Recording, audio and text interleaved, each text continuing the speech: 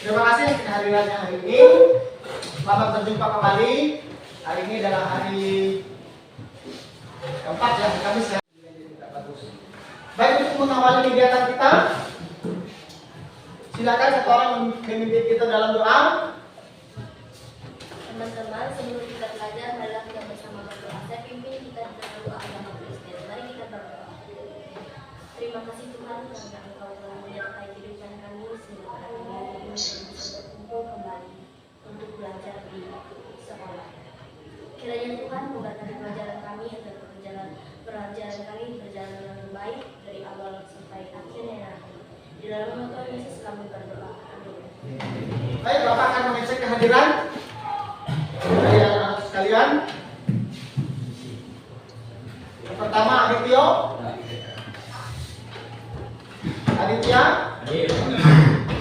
Aldi Aliski, Amelia sama Petri Meka, dan yang terakhir Syaratul Setia. Ada yang belum dipanggil? Baik, terima kasih kehadirannya. Baik, hari ini kita akan belajar fisika kembali. Materinya sesuai dengan yang di depan itu. Mari kita baca sama-sama. 1, 3. Terima kasih. Sebelum kita masuk ke sana, Bapak ingin tanya, ada yang masih ingat? Materi sebelumnya ada yang masih ingat? Silakan berdiri yang masih ingat. Hukum Archimedes. Hukum Archimedes ya, silakan duduk. Kita untuk Dina. Terus ada yang masih ingat apa itu hukum Archimedes? Silakan berdiri kalau yang masih ingat. Ada peristiwa apa semalam? Ada 3 kan? Ada yang masih ingat? Silakan berdiri. Dino, ingat Dino? Peristiwa apa? Nelayan? Daya melayang, mengapung, Dan tenggelam. ya. Jadi ada 3 peristiwa ya. Ada melayang, mengapung, dan tenggelam. Semua itu ada proses dan sebabnya. Tidak mungkin benda-benda tersebut bisa terjadi di kita kalau tidak ada sebuah proses di sana. Contohnya pun cukup unik kemarin dan cukup bagus. Contohnya adalah kapal selam. Ya. Baik, terima kasih sudah ingat materi sebelumnya. Nah, sebelum kita masuk ke materi, Bapak ingin sampaikan tujuan pembelajaran kita hari ini melalui model pembelajaran problem based learning atau PBL dengan kegiatan pengamatan poin-poin serta melakukan percobaan diskusi kelompok. Diharapkan peserta didik mampu yang pertama menjelaskan besaran-besaran fisika yang mempengaruhi tekanan hidrostatis. Yang kedua, peserta didik mampu menentukan hubungan antara kedalaman zat cair dan tekanan hidrostatis. Kemudian yang ketiga, peserta didik mampu menentukan hubungan antara masuk jenis zat cair dengan tekanan hidrostatis. Dan yang terakhir, peserta didik mampu menganalisis permasalahan yang berhubungan dengan tekanan hidrostatis dalam kehidupan sehari-hari. Baik, sampai di sini ada pertanyaan? Siap belajar ya? Siap. Tepuk tangan untuk kita semua dulu.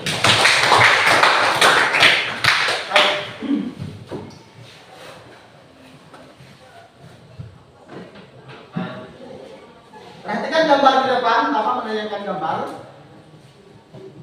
Sebelah kiri kita, maaf, sebelah kiri kalian atau sebelah kanan Bapak, itu gambar apa itu? Bisa dibaca. Satu orang baca, silakan. Berdiri membaca. Itu ada tulisan di bawahnya. Silakan. Ya. Di situ ada bendungan Scree McFenner, Canberra, Australia, dibangun untuk mengatasi banjir 5.000 tahunan. Ya. Gambar yang sebelah kanannya, yang sebelah kanan yang sebelah sana, silakan berdiri. Gambar apa itu? Masa nggak tahu gambar apa itu? Baca saja, silakan berdiri. Ayo berdiri satu orang. Ya silakan. Gelas di bagian bawahnya tebal. Ya. Seperti botol ini yang Bapak bawa ini, botol minum, tentunya antara atas, tengah, bawah tidak sama tebalnya. Bawah lebih tebal. Coba dicek saja apapun bentuk botol minumanmu, pasti bagian bawah adalah yang lebih tebal. Pertanyaannya, nah, apa kalian pernah memperhatikan mengapa pada dasar bendungan atau gelas itu dibuat lebih tebal dibandingkan pada bagian pinggir badan atau sisi atasnya? Pernah memperhatikan tidak? Pernah, tapi tidak terlalu ya. Ya. Ternyata didesain seperti itu ada maknanya. Seperti bendungan itu. Bendungan itu banyak sekali. Seperti di Hemon itu. Dibuat tempat peluncuran itu. Pernah lihat? Nah itu salah satu desainnya supaya bagian bawah itu lebih tebal. Ini lebih tebal. Ini ya. Kalau gelas itu di bawah tidak lebih tebal. Kemudian botol minum, botol bekas air minum dan seterusnya. Benar nggak seperti itu? Benar ya? Benar. Lalu pertanyaannya kenapa? Kenapa demikian? Kan tidak bisa dijawab, kan belum masuk ke materinya. Kira-kira silakan satu orang atau beberapa orang untuk menjawab kira-kira apa penyebabnya dibuat seperti itu. Ada? Ayo silakan berdiri saja, tidak apa-apa, salah tidak apa-apa. Silakan. Karena semakin dalam semakin besar tekanan air. Ya, semakin dalam semakin besar tekanan, ya. Tepuk tangan untuk temannya. Ada benarnya. Semakin ke dalam semakin besar tekanan air. Betul ya? Ada benarnya. Jadi kalau tidak tebal akan pecah, gitu. Mungkin demikian, kira-kira ya. Baik, untuk menjawab beberapa pertanyaan tadi, Bapak ingin memutar video ya. Ini. Dalam tanpa tangki oksigen. Dibesarkan di Austria dan dipulaukan, tetapi Albert Nix begitu tertarik dengan air, sampai-sampai ia memegang gelar sebagai pria paling dalam di dunia karena pernah menyelam sejauh 253 meter tanpa bantuan oksigen. Dengan dilakukan berbagai teknik, dilaporkan dapat meningkatkan kapasitas paru-parunya menjadi 14 liter, padahal kapasitas paru-paru orang pada umumnya adalah hanya sekitar 6 liter. Pada bulan Juni 2007, Nix menyelam sampai ke kedalaman 214 meter, sehingga ia mencapai rekor baru dunia kala itu. Tahun 2012, ia menyelam lebih dalam lagi sampai 223 meter. Ini sama dengan ketinggian diri pencakar langit di lantai. Dia mencapai rekor tersebut dengan mengunjungi kedalaman laut di dekat Santorini, Yunani. Langkah berani dan ekstrim yang membuatnya hampir meninggal. Tekanan terhadap tubuh manusia di kedalaman 250 meter sangatlah besar. Paru-paru akan mengecil menjadi sebesar jeruk. Darah teratur dari bagian lengan dan kaki agar terkonsentrasi di dada guna mencegah kerusakan rongga dada. Namun begitu, Nix tetap berhasil memecahkan rekornya. Dia berhasil menyelam sampai kedalaman 263 meter. Hanya saja, hal yang mengkhawatirkan muncul ketika ia kembali ke permukaan. Nix mengalami nitrogen neurosis, yakni kehilangan kesadaran karena terpapar tekanan tinggi. Kombinasi perasaan rileks dan neurosis membuatnya pingsan pada kedalaman 80 meter dan di kedalaman 26 meter dilakukan menemukannya dan membawanya ke permukaan secepat mungkin. Bukannya selamat, Nix justru mengalami dekompresi karena tubuhnya terlalu cepat diangkut ke permukaan. Akibatnya, nitrogen menggelembung di aliran darah hingga hilang tubuhnya. Dia dikembalikan ke dalam air setelah sadar, namun sudah terlambat. Nix bergegas diangkut lewat udara ke sebuah rumah sakit di Athena. Dia mengalami koma dan para dokter menyebut Nix dalam keadaan sangat parah. Karena masalah dekompresi, dia mengalami gejala minum stroke pada otak. Dia tidak bisa berjalan dan harus berjuang agar tetap hidup. Harus menggunakan kursi roda. Kata-kata yang keluar dari mulutnya juga tidak jelas. Akibatnya, Nix tidak menyerah begitu saja. Dia melakukan fisioterapi dan berenang untuk mengganggu kekuatan dan koordinasi sampai dirinya tidak dapat melangkah. Kemajuan ini membuatnya bersemangat. Dia tahu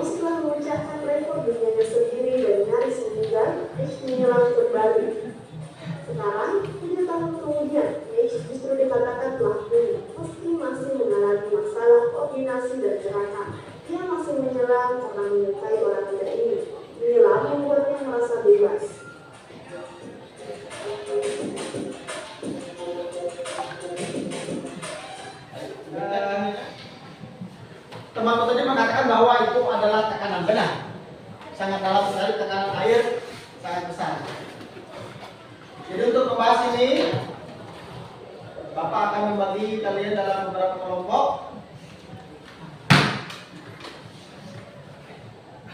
Silakan membentuk kelompoknya masing-masing seperti yang sudah dijelaskan.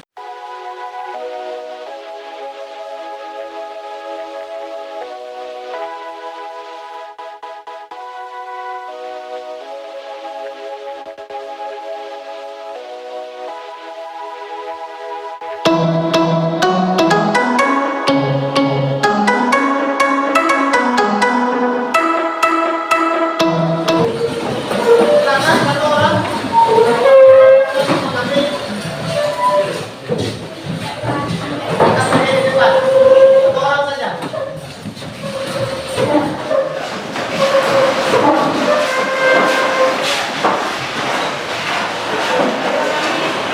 Dua lagi.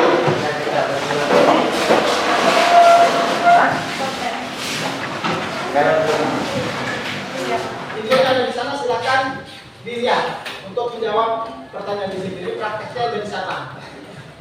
Nanti Bapak akan ini kalau ada hal-hal yang jelas. Sekarang Bapak ini praktekkan simulasi singkat di sini. Botol Bapak ini saya beri lubang begitu, 1, 2, 3 misalnya. Lalu saya tutup pakai isolasi seperti itu tadi gambarnya. Lalu saya tarik kembali, nanti akan air keluar dari beberapa lubang itu. Yang perlu diamati manakah yang paling deras keluarnya dan manakah yang paling cepat habisnya. Nah itu yang kamu jawab di LKPD-mu.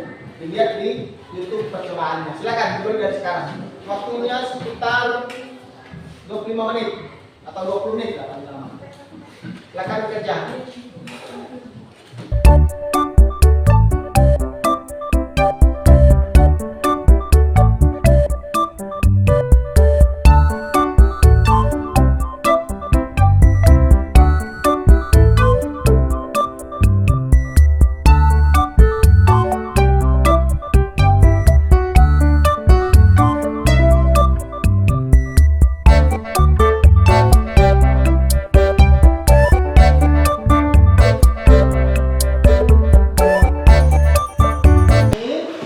Diisi di sini berapa nilainya, lalu dijawab beberapa pertanyaan di sini menurut versi kalian, begitu ya? Tidak boleh sama. Lalu kesimpulannya apa? Dari hasil dari video itu bisa dijawab di situ. Ada di video itu. Silakan. Ada pertanyaan?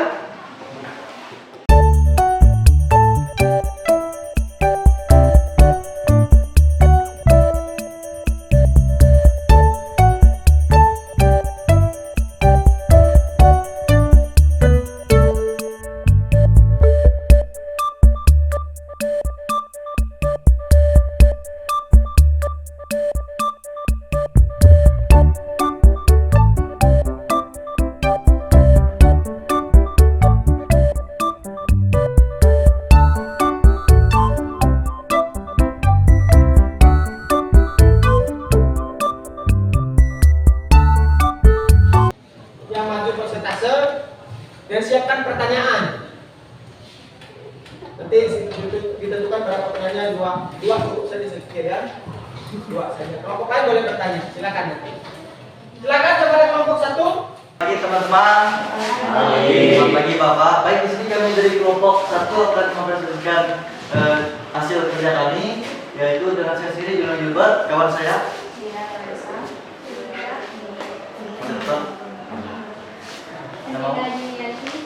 Baik, di sini kami akan mempresentasikan tentang tekanan hidrostatis.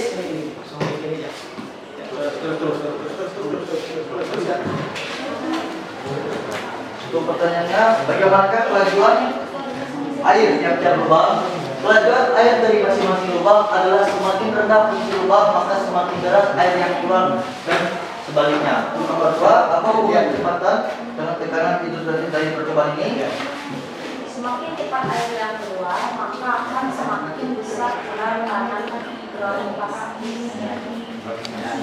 Untuk nomor 3, bagaimana kelajuan air jika di botol tidak tutup dan ditutup? Coba bandingkan, hubungkan dengan tekanan hidrostatis. Mengapa hal ini terjadi? Tidak.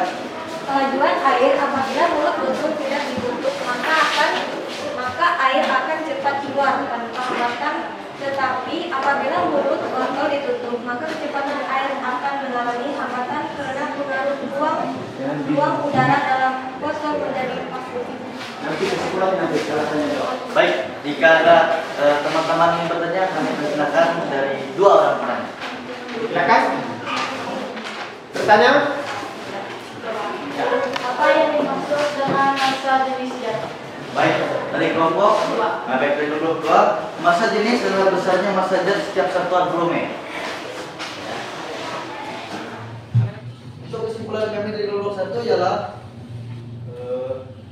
tekanan yang disebabkan oleh gaya yang ada pada zat cair terhadap suatu ruas bidang tekanan pada kedalaman tertentu. Secara mudahnya, tiap-tiap dari zat cair akan memberikan tekanan tertentu tergantung dari jarak kedalamannya. Baik, mungkin hanya itu saja dari kami kelompok 1. Sekian dan terima kasih. Tangan kelompok 1. Kita lanjut kelompok 2.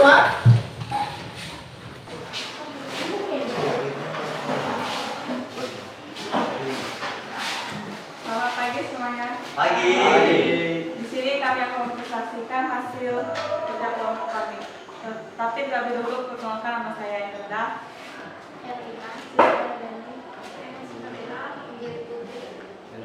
Lanjut. Ya. Data ini kan. Tinggi 0,05 meter, massa jenis air 1000 km per kilogram. Tekanan hidrostatis 500 Pascal.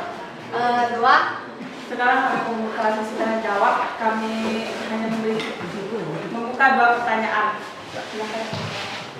Baik, kami dari kelompok 1 ingin bertanya, apa yang mempengaruhi tekanan hidrostatis?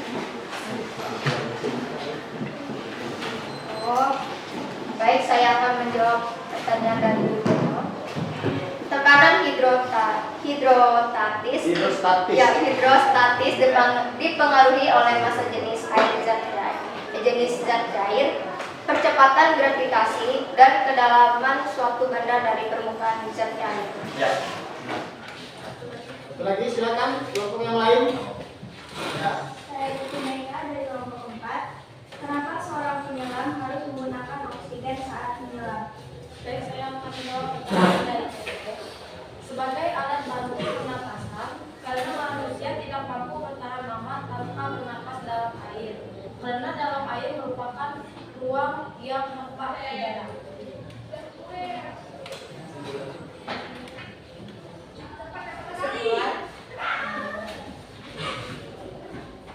Berdasarkan praktikum yang telah kalian lakukan, cobalah untuk menyimpulkan hasil praktikum. Kesimpulan yang diperoleh adalah semakin dalam lubang dilobangi pada botol, maka air yang keluar semakin deras dan kuat karena tekanan dari zat cair yang keluar.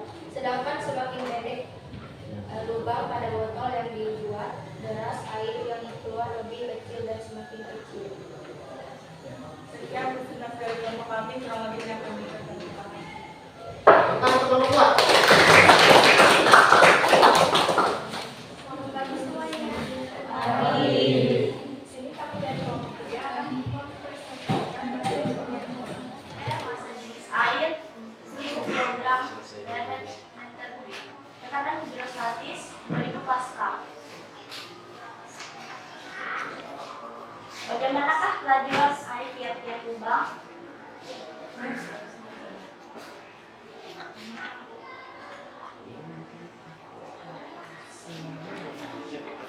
Kelajuan air masing-masing lubang adalah semakin rendah posisi lubang, maka semakin deras air yang keluar dan sebaliknya. 2. Apa hubungan kecepatan dengan hidrostatis dari percobaan ini?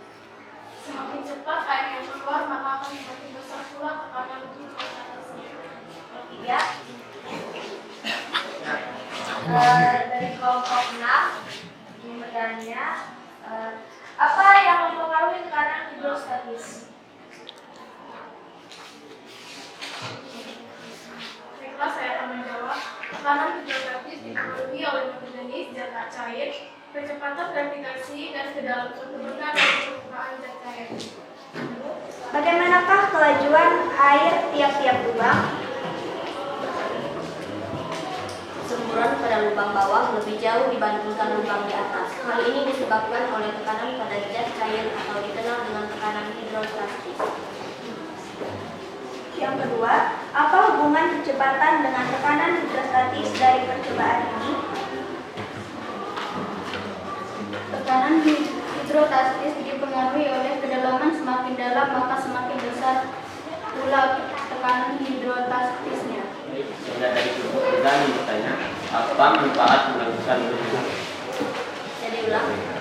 Apa manfaat melakukan hubungan? Baik, saya akan menjawab pertanyaan dari kelompok 3. Manfaat menyelam bisa dikaitkan sebagai meditasi dalam air. Hal itu beralasan karena menyelam bisa membuat seseorang lebih tenang, serta penyelam dapat merasakan sensasi kehidupan tanpa beragam gangguan. Jelas.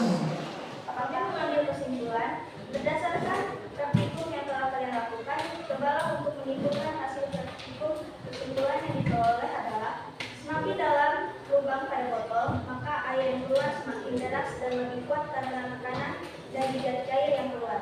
Sedangkan semakin pendek lubang pada botol yang dibuat deras, air yang keluar lebih kecil dan semakin kecil. Percobaan ini membuktikan bila tekanan zat cair akan menekan ke segala arah dan menuju bagian terbawah. Sekian presentasi dari kami ucapkan terima kasih. Tangan berlompat. Bagaimanakah lanjutan air tiap-tiap lubang? Semakin dalam air, semakin besar tekanan yang diberikan. Contohnya lubang paling atas mengeluarkan air lebih kurang dibandingkan lubang paling bawah. Oke, nomor 4 bertanya. Sebutkan kenapa bendungan dan gelas di bagian bawah lebih tebal dibandingkan bagian atas. Baik, saya akan menjawab pertanyaan dari dasar bendungan pada bagian dasar akan semakin tebal guna untuk arahan tekanan zat cair yang semakin di bawah semakin kuat. Analisis hasil eksperimen, bagaimanakah kelajuan air tiap-tiap lubang? Bisa dilihat. Baik, saya akan menjelaskan bagaimanakah kelajuan air tiap-tiap lubang. Pada bagian pertama tidak terlalu laju sehingga air tidak terlalu jauh. Pada bagian kedua, laju air semakin cepat hingga air agak sedikit jauh. Pada bagian ketiga, laju air cepat hingga air agak jauh dari lubang-lubang tersebut. Yang kedua, apa hubungan kecepatan dengan tekanan hidrostatis dari percobaan ini? Karena semakin cepat, karena semakin dalam, maka semakin besar pula tekanan hidrostatisnya.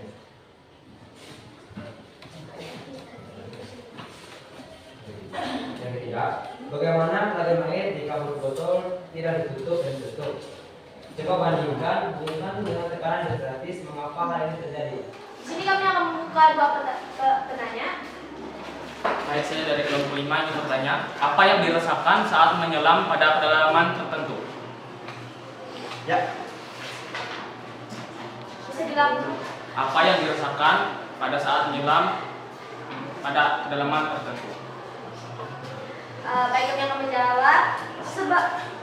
Saat kita menyelam di kolam atau laut, maka kita akan merasakan tekanan hidrostatis yang semakin besar jika kita menyelam semakin dalam.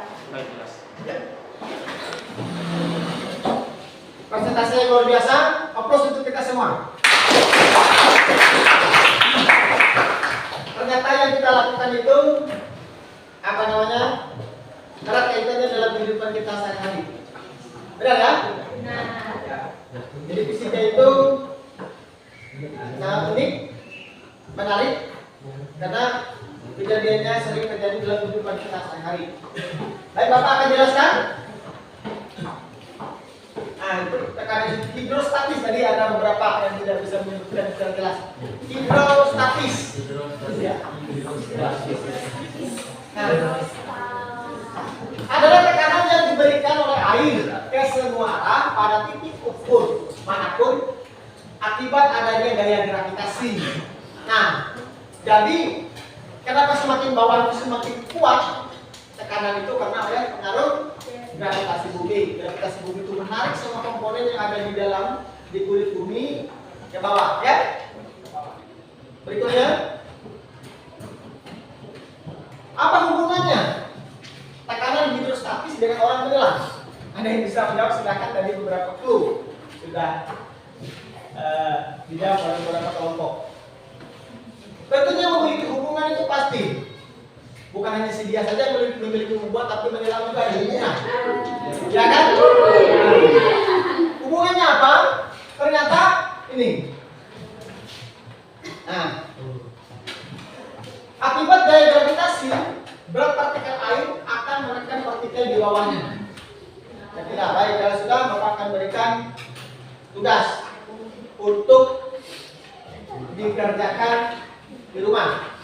Ada 3 soal dan dikumpulkan minggu depan, ya. Saat kita masuk minggu depan, tugasnya dikumpulkan. Kalau kurang jelas bisa ditanyakan melewati grup atau chat secara pribadi. Ya. Baik, Bapak akan jelaskan pertemuan kita berikutnya. Pertemuan kita berikutnya adalah asas Bernoulli. Ini Bapak akan memberikan penghargaan kepada kelompok hasil diskusi tadi. Kelompok yang paling bagus adalah kelompok 6. Silakan tepuk tangan kelompok 6. Yang kedua adalah kelompok 1 dan kelompok 4. Selebihnya bagus semua untuk masing-masing kelompok. Baik, hari ini Bapak akan akhiri pertemuan kita. Semoga bermanfaat apa yang Bapak sampaikan. Semoga kita bertemu lagi di kemudian hari di pertemuan berikutnya. Mungkin sekian dan selamat pagi dan terima kasih.